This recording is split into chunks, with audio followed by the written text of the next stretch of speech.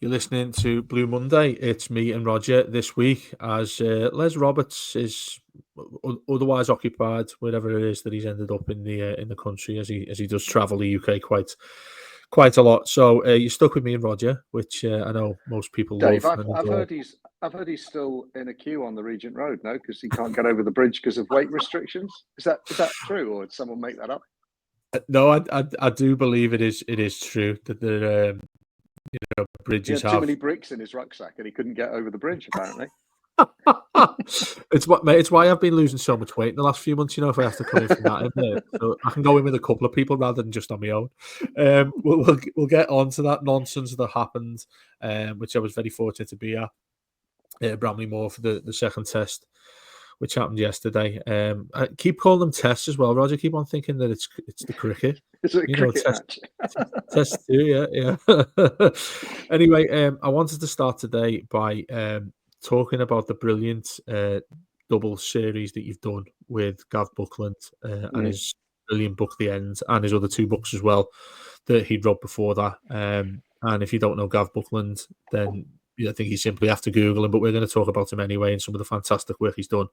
And I'd implore you just go and listen to the two extended pieces that Rodger and Les have done with Gav, all about basically where Everton got to and a lot of where we are now and how it originated during the early 90s, and obviously the book at the end book is from the late 80s, early 90s.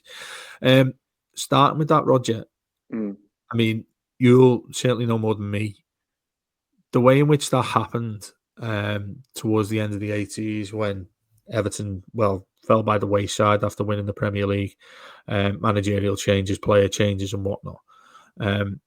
Did you feel through what you were talking with Gav about, the way things have been with the club in recent years up until we hope is a brand new dawn for us, did you always have that linked to what happened that long ago? Or was it come completely out of the blue? Do you know, it's fascinating because I found myself. Gavin is such a knowledgeable guy, and he's kind of seen it all, but he's also very calm and a little bit less emotional, a little bit less emotive than me. How did he manage that? I have no idea after all he's been through. But one of my most abiding memories of Goodison is the Wimbledon game, and that's where the book, The End, finishes.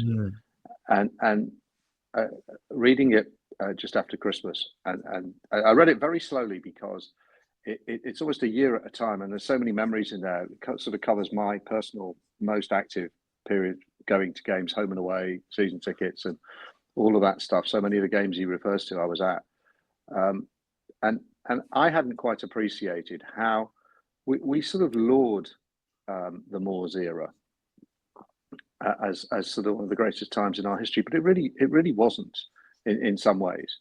And some of the challenges that they faced and some of the mistakes that were made over that period and some of the culture that persisted, particularly around insularity, sort of mistrust of outsiders, I still think haunts the club to this day. But to come back to the Wimbledon game, I've spoken about it many occasions, the silence when they went 2-0 up and that whole day, one of the most emotional days ever I've experienced at Goodison. Very close was the 4-4 cup tie, which is also covered in the book. But I really thought that would never happen again, you see. And it's happened 3 times in the last 4 years. Yeah. So there's so many learnings. And really at the end, in the second one, and Les does a brilliant job. It's like herding cats trying to get a word in edgeways between me and Gavin when we're talking. And Les does a great job with that. But Gav introduces this concept of, it sounds very highbrow, of hyper-normalization at the very end. And I have to say, I always thought Gav was the utmost respect for him, but I always thought he was very much a club man, Yeah. And not so much an apologist, but reluctant to be critical.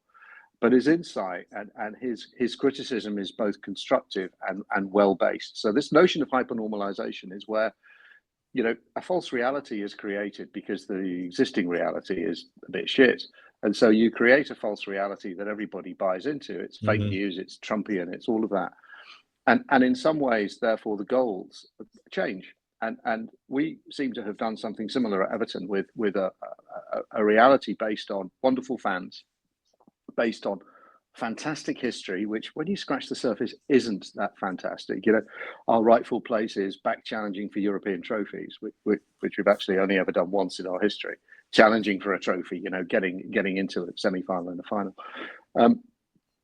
And almost just retaining that history becomes success in its own, rather than what a football club's about, which is being competitive. And he brings it all around. He brings it full circle, and all of the stuff around Howard, and should Howard have come back a second time, let alone a third time? Should Harvey have been appointed immediately? I mean, how absurd was it in 1987, where we won the league, the manager buggered off, we gave the job to the assistant, and none of us fans batted an eyelid. It was extraordinary. And some of those sliding doors moments around potential managers we could have had, whether it's Bobby Robson, Franz Beckenbauer, Gerard Houllier, Ron Atkinson, some of the players we could have had, the likes of Dean Saunders, Jan Molby, these sort of players that ended up, doing so well elsewhere. He brings it all together in a really, actually quite, it's really quite a sad way, but a very truthful way, and you become quite reflective of what he's talking about. And his key sort of message was, everyone says we want our Everton back, and he doesn't, and I don't, because I have no idea what our Everton is. We want a new Everton that I think has new ambition, new objectives, and isn't just using history as a crutch and some sort of reason to be entitled. It's some of the stuff we'll touch on with the stadium. We've got a brand new stadium because when you build a brand new stadium, you get straight into Europe, don't you? No, you don't. Just look at Sunderland, look at Derby, look at Middlesbrough, look at Southampton. And get back to our rightful place. You have to earn everything in life. Nothing is. You're not entitled to anything. You start every season with 0 points, and I think there's so much to learn. And the Free King Group and Angus Kinnear and everyone, they've got their hands full. But it sounds rather pompous to say listen to that podcast, but have a chat with Gav, because there are lessons from that Moores era where we never capitalised on the opportunity, and that's kind of what happened to Everton throughout, winning some league titles in the 60s under Catterick, the 80s under Kendall. We never walked through. We pushed the door wide open, and we never managed to walk through it. And also, of course, Carter and his role in the setting up of the Premier League, and even Everton in the early 60s being one of the advocates for a European Super League. That's a part of our history that we kind of gloss over. And it's wonderful. It was such a. I haven't listened to it back because I just enjoyed it so much, and it was such a wonderful conversation. I hope people enjoy it. I hope people listen to it. But you have to learn from the past. Otherwise, it's just a fairy story. You have to learn some of the lessons, and I think the lessons, some of the lessons that Gav highlights, both through the book, through facts, through interviews with players and people who've worked at the football club, are really just as relevant today as they were back in the late 90s when the Moores era came tumbling down, and even shortly after that, what happened with Walker, and then what happened with Royal, and we wouldn't back Royal, and we wouldn't sign Torre Andre Flo, and then we end up in this awful Walter Smith doing his best to keep us afloat, and then we have the David Moyes era, but we didn't capitalise on that, and then we get some money off Farhad, and we didn't capitalise on that. Now we've got a new stadium and new owners. What are we going to do? Are we actually going to get it right this time? Yeah. I mean, I made the sort of overly simple comment that Everton just simply need to do the opposite of what happened with Moshiri, and then we'll be. I don't think that's overly simple at all. I don't think that's overly simple at all, Dave. No, but I think it's interesting because you've said it's overly simple. Those who want it to seem a lot more difficult than what it is, because they'll want some sort of credit towards it. That might that's what you absolutely want to avoid. But talking to Gav when he first brought it out last year, he was talking that there's a potential of making the one after that when I think it finished in '94, doesn't it? When he's talking about Joe. And the thing that me as a slightly younger fan, not to put too fine a point on it, was the starting period of the Premier League and how we missed that with that. And it just felt that the common theme with our club all the way up to present day has been that Everton have missed out. Now, obviously, various reasons for doing so, but there's never fully felt to me that there's been just a simple level of intelligence for a decision to make not a simple decision, but a really important decision, a huge decision that should have been, do you know what?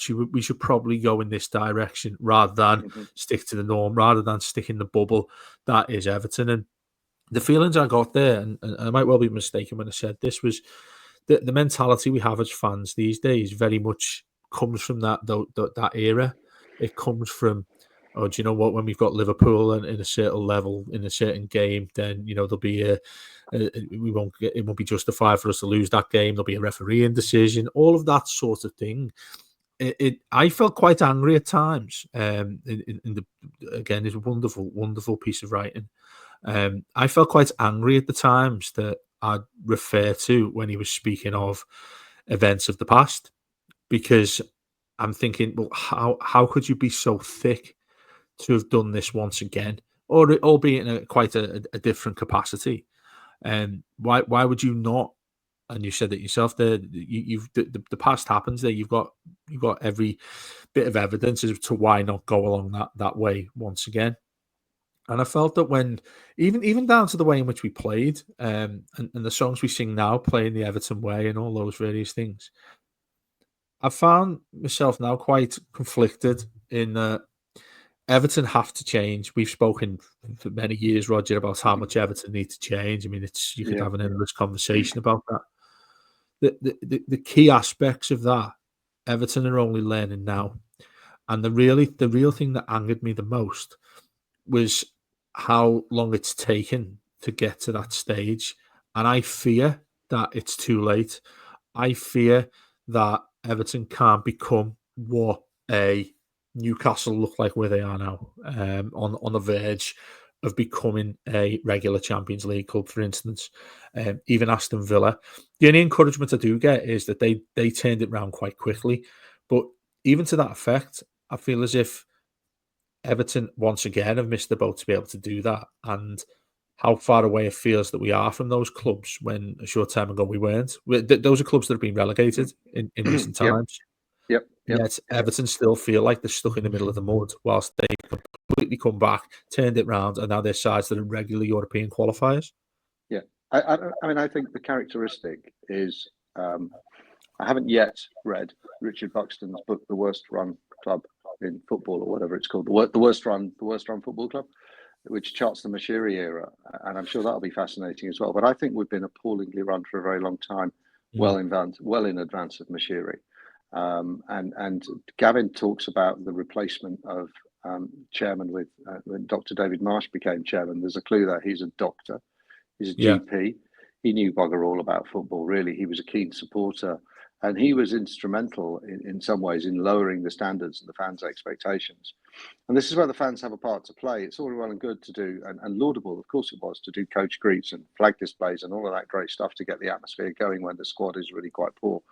But our expectations are still too low, and we don't demand enough, because if we demanded more, it's deemed cop-out behaviour. This is a piece of nonsense. So the club's been appallingly run. It was really appallingly run towards the end of the Moores era, and ever since then. Whether Ken Wright, building on this charitable sort of legacy, this wonderful community club, the People's Club, which I talked about on the last episode at the end, and questioned whether we can be the People's Club charging 12 quid for salt and pepper chicken and Bramley-Moore Dock. That doesn't seem very People's Club to me. And I think that moniker can be a little bit of a ball and chain. We should be proud of our heritage. Of course we should. It's part of who we are. It's where we come from. It's what the football club is. But we need to embrace change. We need to embrace modernity, and for us also to be, doing all Premier League corrupt as fuck. We created the Premier League. We were the ones. We were its creators. We were one of the big five, and the fact that we've lost that position at the top table is our fault and our fault alone. It's nobody else's.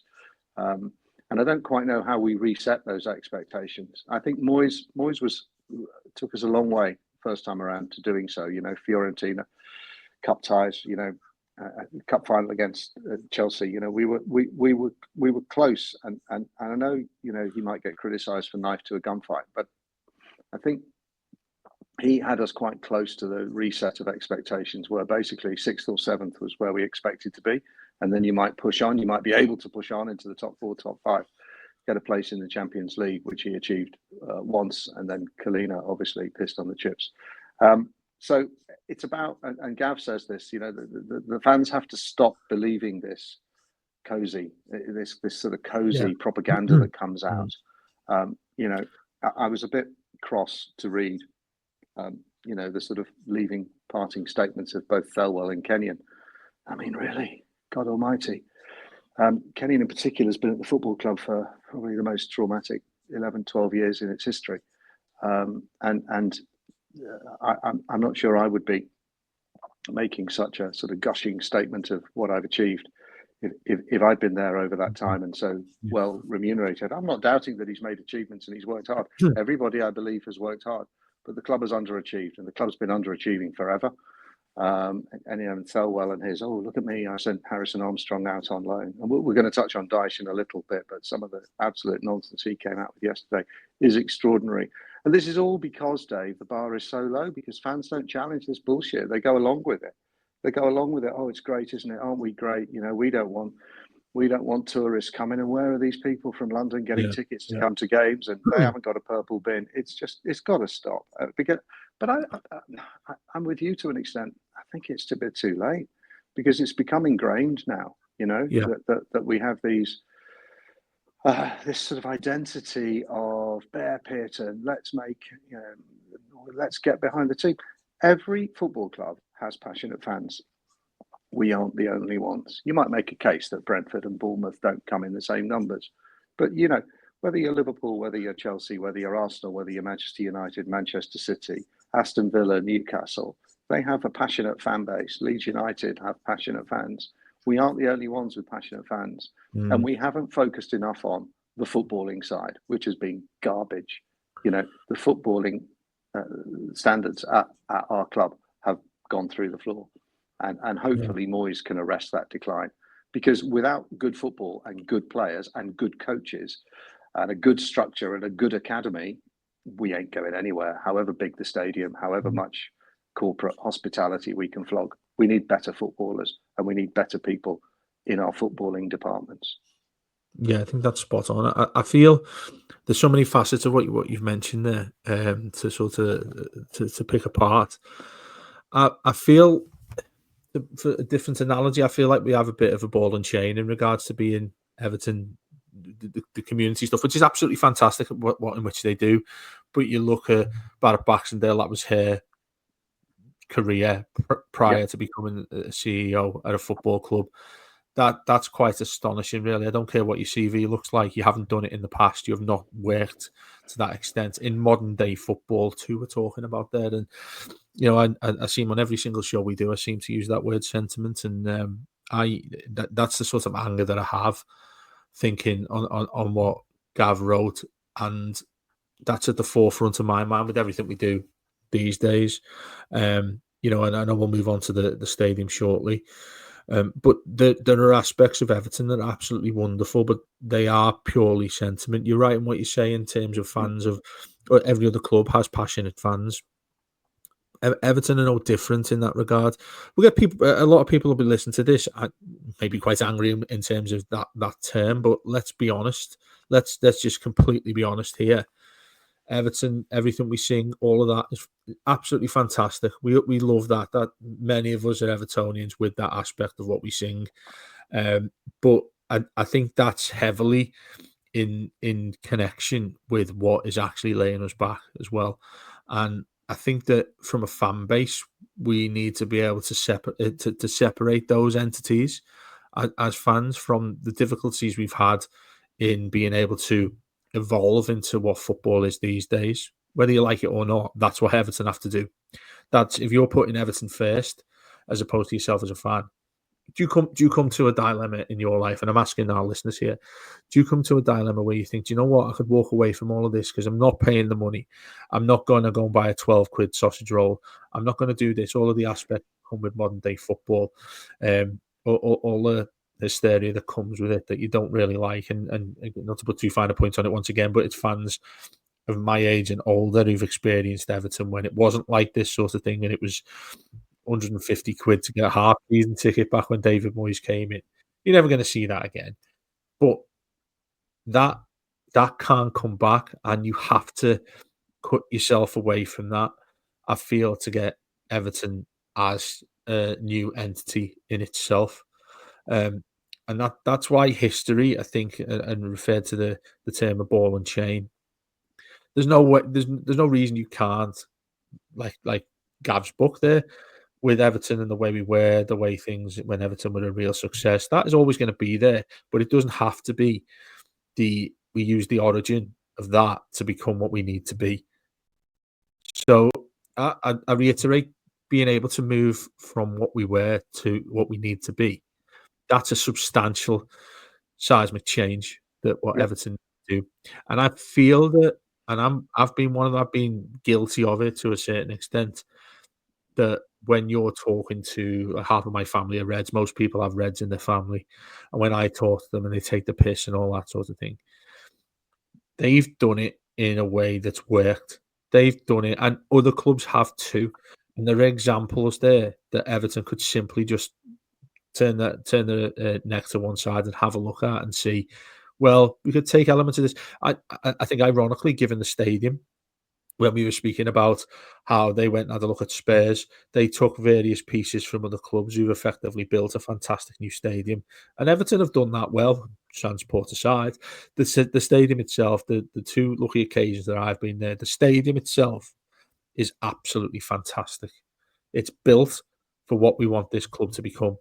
We need to bring everything else on the way that doesn't hold us back due to what we used to be in history. And I understand people will find that difficult, but it has to be done if you're wanting to go and watch Everton in even the Europa Conference at this stage, which seems like it's quite a distance away.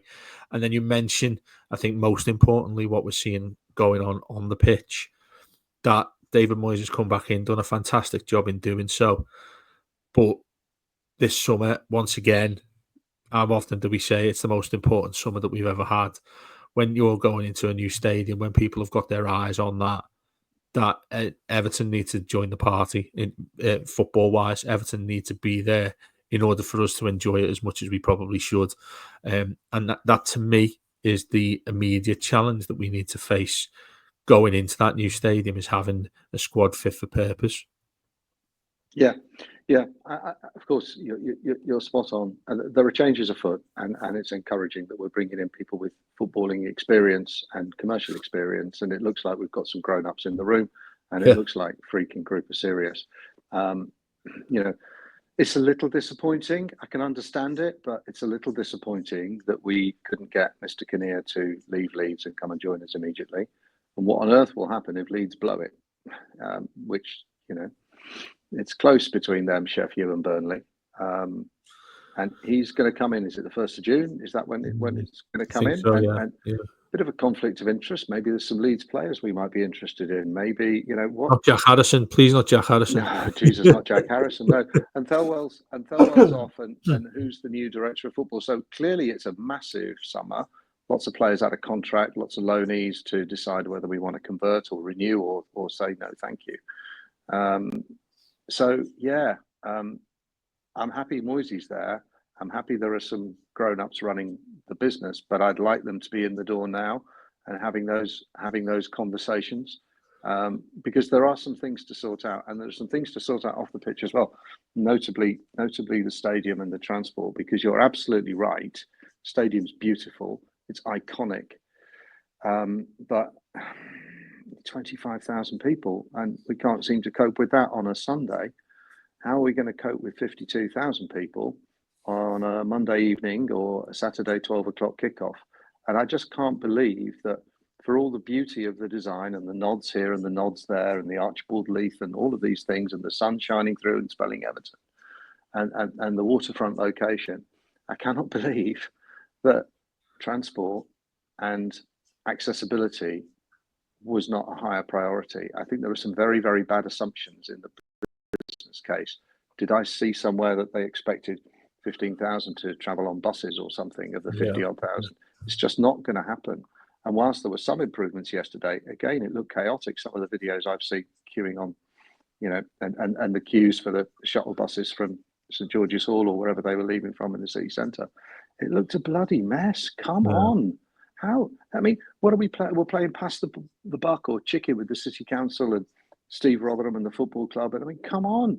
You built a stadium and there's only one way in and one way out. This needed some more forethought than would appear has gone into it at this stage. What was your experience getting to and from it yesterday? Yeah, I mean, I think I've been very fortunate on both occasions, but that's by luck more than any other aspect, because my wife's dropped me off twice, and it was on Regent Road in terms of the market, the Chinese market and restaurant at the top. It's basically a 5-minute walk from there down to the gate to get in over the wall. But like, the only reason it comes through luck is because it was that chocker and everybody stopped the lights for about 20 minutes before they can move 5 yards forward. Then I was able to just jump out of the car and do that. And I felt that was quite uncomfortable in regards to when it was the night game under with just the 10,000. It was gridlocked in terms of, and this is where a night game I think comes into this as well, which is going to be probably a lot more difficult. Is if you're trying to get to a game at, I don't know, say 6 o'clock, you go for a pint, you go for something to eat, which again connects with the pricing around that, but we don't want to put too fine a point on that at the moment. That to me is, well, if people are doing so and getting there earlier, which they will do because it's a brand new stadium, everyone wants the enthusiasm, everyone wants it's the first few times we've been there, and the club itself, from their perspective, they want to get fans in as early as possible. We've heard that they want to do that with the 3 o'clock kickoffs. They want people in there before midday, which is all well and good if you're wanting to generate more revenue. Completely get that aspect. But when you're coming in from that side of things, when you've got people who've been working all day coming out of the city towards Sefton, and you've got the likes of myself coming from West Derby downwards, where I come straight down into town, and then basically, as if I'm going towards Sefton, I join the queue from everybody coming out of Liverpool. That was absolute chaos. And again, very fortunate to be able to hop out when I could. The amount of time it took me from there, that means I'd have to leave the house an hour early, and then I'd be paranoid that I wasn't even going to make kickoff at times, particularly with night games when everybody coming out of the city itself. So I was very fortunate yesterday to be able to do that. And what struck me when you're talking about the shuttle buses, and they're coming from Britain, I was talking in a podcast I've done with Peter McFarlane, who was there yesterday. That is a great concept. Get shuttle buses, get as many people in as you can, on a conveyor belt of going round and doing all this, like the soccer buses being over the years. The point I made, which I don't think it's too difficult to understand, that if you are told that there's an efficient way into the stadium, you go for that. So therefore, coming in from Bootle Strand, how many more fans are you going to get on top of what we're going to do it anyway? And that therefore makes it difficult. It makes you have to get more buses. It makes people move over to Bootle train station, which will end up in towards Sand Hills. It feels that people will look for every alternative they can naturally to get there as most comfortable as they possibly can. Now, if it's being advertised that Bootle Strand's really easy to get to, as a couple of fans have said to me when I put it on my Twitter in terms of how they got there. They were saying, it was great, it was easy, it was seamless. One guy said to me, go in, drop the bus off, you're right next to the stadium, come out, get back in the bus, takes you back to Bootle. Great. You're telling that to the world. More people are going to say, right, do you see what this lad said? I'm going to go and do that. And therefore, is the capacity there for them to be able to do that? Call me skeptical, but no, it's not. That's not going to be there. Similarly, the other side of town, coming in from Garston Way, straight along the river, that is going to have the same issues. That is going to have the same issues because you're going into town from in and around Garston Way. Then to carry on from that, the club itself, which wants people in there as early as possible. You tell me, if me and you to get out to Moorfields or Central Station or wherever in the middle of town, are me and you going to simply ignore all the pubs, all the food places, and everywhere else to go to a football match? Are we going to avoid them just to say, do you know what, I'm going to go to Bramley Moor straight away and have their more expensive food and their more expensive drinks. Yeah, not in a month of Sundays. Football fans will Exactly. not change their behaviours. They'll be getting it Correct. maybe at 2:30, 2:45. That is what because part of the match day ritual is to go. It doesn't matter which game you go to, home or away. You know, I'll have a beer in a pub close to the ground. I won't go in the ground. I might have a beer at half time in the ground. I might get in at 22 and maybe squeeze one in. But the notion that people are going to turn up before midday to, on the plaza, which actually only holds 17,000 people apparently, so not everyone can turn up either, as you say. You're going to get all these, and you want an even spread, don't you? You want an Yeah. even spread of people coming in from the north of the city, the south of the city, people walking up, people getting a train, people getting a bus, people parking where they park. God knows. I mean, it's just, and those ferries. Did the ferries run yesterday? And what did they do with the ferries? The ferries ran to the pier head, did they, from Seacombe? Yeah. I think And then Les has what do you done a do with the video. pier head? Les has What done a did you do video from the on pier our head? Les has done a video on our Facebook when he came from Seacombe. Okay. And I think on the way down, he looked at all the other terminals where you could actually get a boat coming off, which is a lot closer to the new stadium there, which, that'll be something else that you throw towards the council and say, well, why is that not being looked at? Why is that not being explored? And it's just so short-sighted that it's It is. But why it's wasn't this absolutely staggering. discussion? Why hasn't this discussion been going on for 2 years? I mean, we knew 50,000 people are going to come to a stadium with one route in Mm. and one route out, because the other side is the bloody river. Yeah, What did people expect? yeah. I don't know. It's all very Well, well and good to pat ourselves on the back, which we love to do, but the job's not finished. The stadium's built, but it's difficult to get to and from. there, So sort it there are out. so many derelict places there, because when I've Of gone course to there are. explore the stadium, or you basically stand outside looking in as it was getting built, like a lot of fans have. Yeah, yeah, Coming along there, you simply, and the dock road. So I lived in Bootle, coming that way. It's straight along the dock road, straight line all the way to where yeah. it is.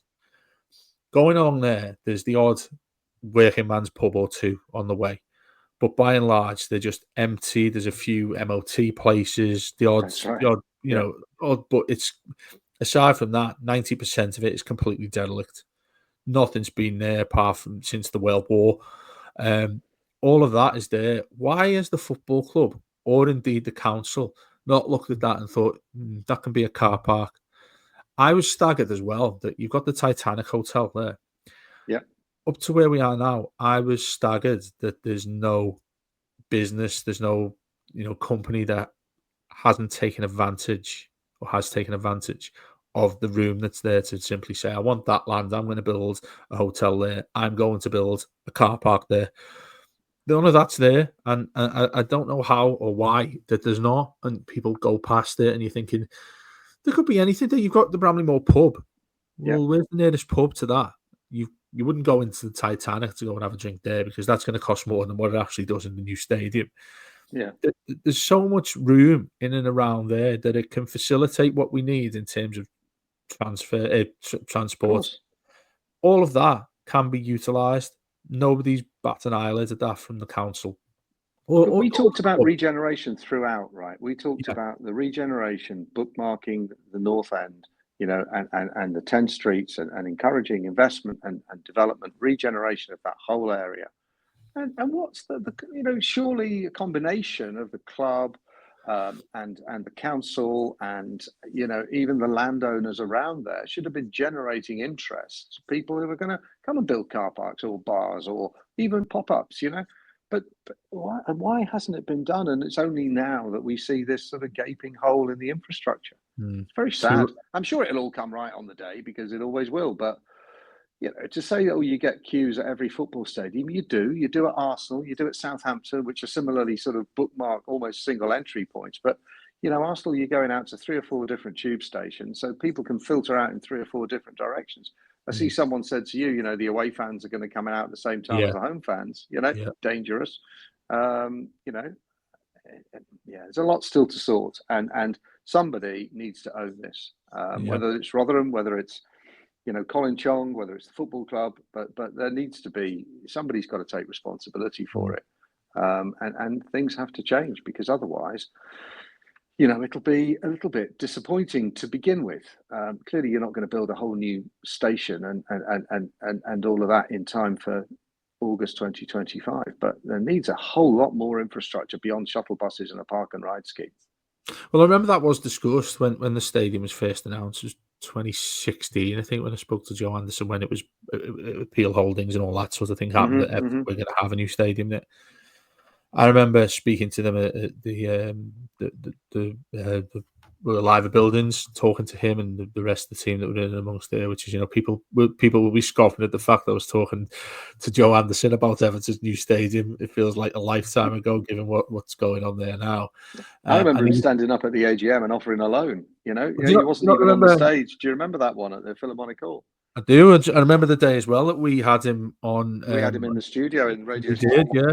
That day when the three of us were speaking about it, and how smiley faced and positive we all were. Let's face it. Sure. But I do remember at the time saying, in terms of transport in and around there, they were going to put a train station in and around there. I mean, you think about that now; it's an absolutely ridiculous concept of thinking that you can go and do that anyway. Because where would you put the line coming from? It's basically do a U-turn and all this sort of thing. Excuse me. But with that aspect of the way it's going to go, we've got 5 months until our first game in August. 5 months. They don't have, or they're going to have one more chance event-wise to see how this goes. That, to me, sticks in my mind as a really difficult aspect for them to cope with, because they've not got any examples they can go and do now. They can look back on what's happened in the 10,000. They can look back at what happened yesterday with half of the stadium full. But can they have a test of what it's going to be like when that first game comes about? Absolutely not.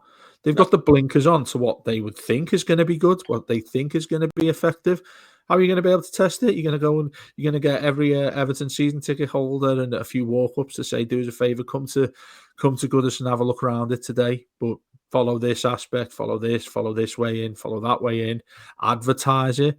That's just not, it's not feasible whatsoever. So I mean, it'll be interesting. That first game will be on the telly, right? It's absolutely certain. Yeah, exactly. That first game will be on the telly, right? So it could be a Friday night, which would be a nightmare.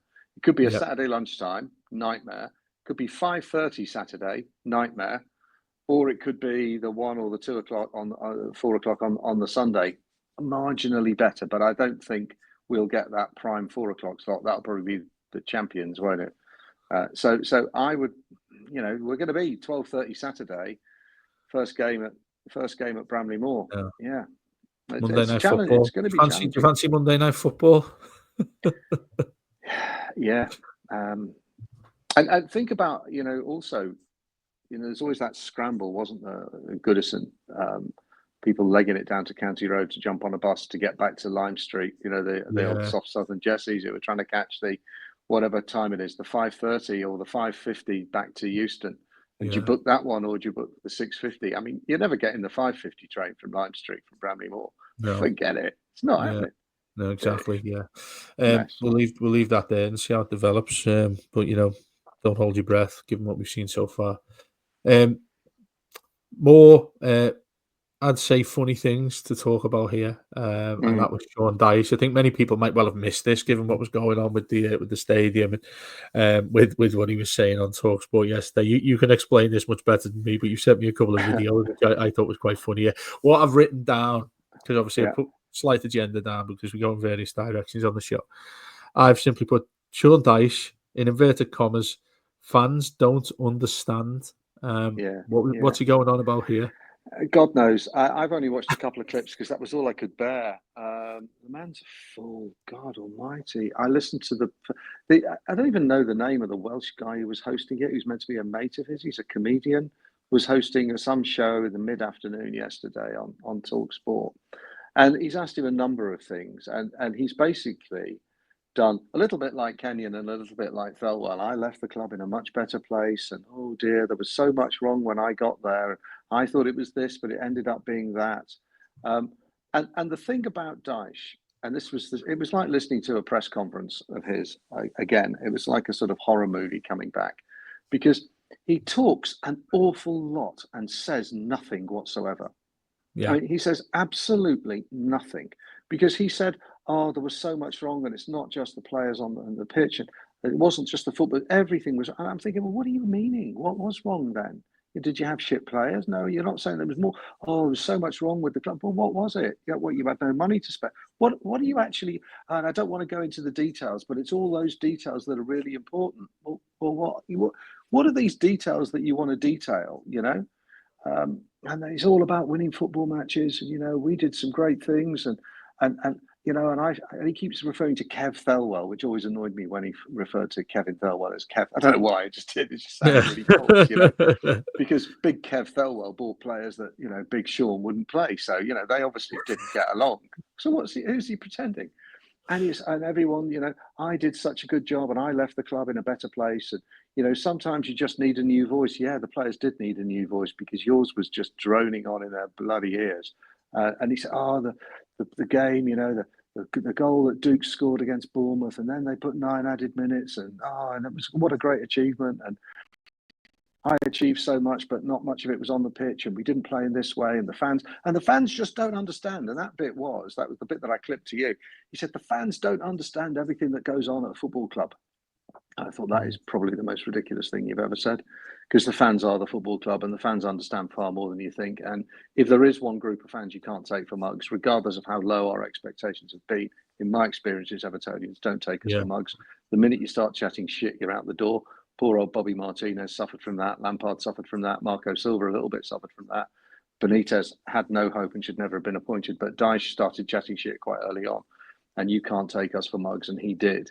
And the fans don't understand, and all those things we had to do, not just me and Kev, we were working so hard, and I've never worked so hard. Well, it's a hard job, mate, and you were paid, what, 5 million quid a year, and you're looking for sympathy? No, it was quite extraordinary. And then he started then playing to the gallery a bit and talking about, shin pads are too small, and it's woke nonsense. And then he talked about how, players and they do these funny dances when they score, and that's ridiculous. And I don't know why they do that. Look at Marco Tardelli when he scored that goal for Italy. That was a proper celebration. It's like, man, it's 2025. Shut the fuck up. Yeah. It's just such a. I don't know who was his audience or who thought it would be a good idea, a comedy value perhaps, but he's a caricature of himself. And he was. The other thing was, bloody that Vincent Kompany. Look at the mess he left at Burnley, and he got the job. He got the job at Bayern Munich. How did he get the job at Bayern Munich? Well, probably because he's a better coach than you are, and he's got a better CV than you are. He's got more footballing knowledge. He's more tactically adept. But what he's doing at Bayern Munich, they're going to win the league, aren't they? So, honest to God, Sean, just go and get a job at Gillingham or something and give us all a rest. I thought it was awful. And I would encourage no one to go and listen back to it, because it'll just make you cross, unless you thought Sean Dyche did a good job, which in the circumstances on occasions in that season where he had to front up for the football club, I respect him for what he did there. But he burnt all his bridges this year, and boy did he chat some shit. And he was on it yesterday afternoon on TalkSport. If you ever listen to that channel, which I occasionally do, I have to admit. Yeah.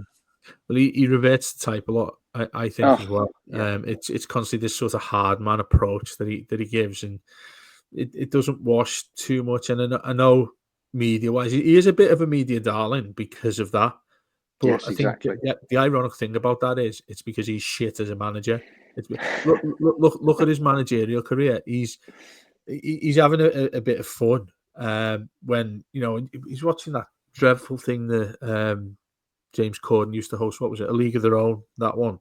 And he was on that. I bet he was, yeah. With Tony Bellew was on it as well.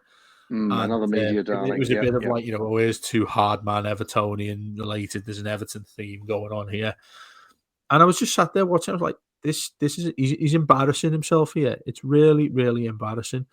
I could see him, career-wise, what he moves on to now. You're someone like a Gillingham. You could probably see him back at Burnley at some point. He'll probably end up back at Burnley. I put a few quid on that. He'll be going back to the club that adored him for 10 years, and that's his level. And yes, that sounds like I'm doing too much of a disservice to Burnley, but that's where he got the best of what he is as a football manager. Mm-hmm. That was in the Premier League, I think, for one season. I think the funny thing with him was there was one season they qualified for Europe, and then he decides to put basically under-21s out in the qualifier. It was, I thought it was quite staggering. But anyway, we'll leave it there on the Blue Monday here with Rodger. And we'll be back next week, same time with Rodger, and Les will be back as well. The usual lineup of podcasts will carry on throughout the week. Byline with Paddy and Matt's a little bit different too. They're asking for your questions. It runs tonight, so get them in quite quickly if you can. Do look at Matt's Twitter and the Blue Room Twitter, which has all of the info for that and how you want to get involved. In regards to listening to us, as always, thanks very much. Football's back once again in the coming week. Everton are playing in that half-assed trip to Anfield, which I'm going to cry in case we lose anyway. So we'll speak to you soon throughout the week, and up the toffees.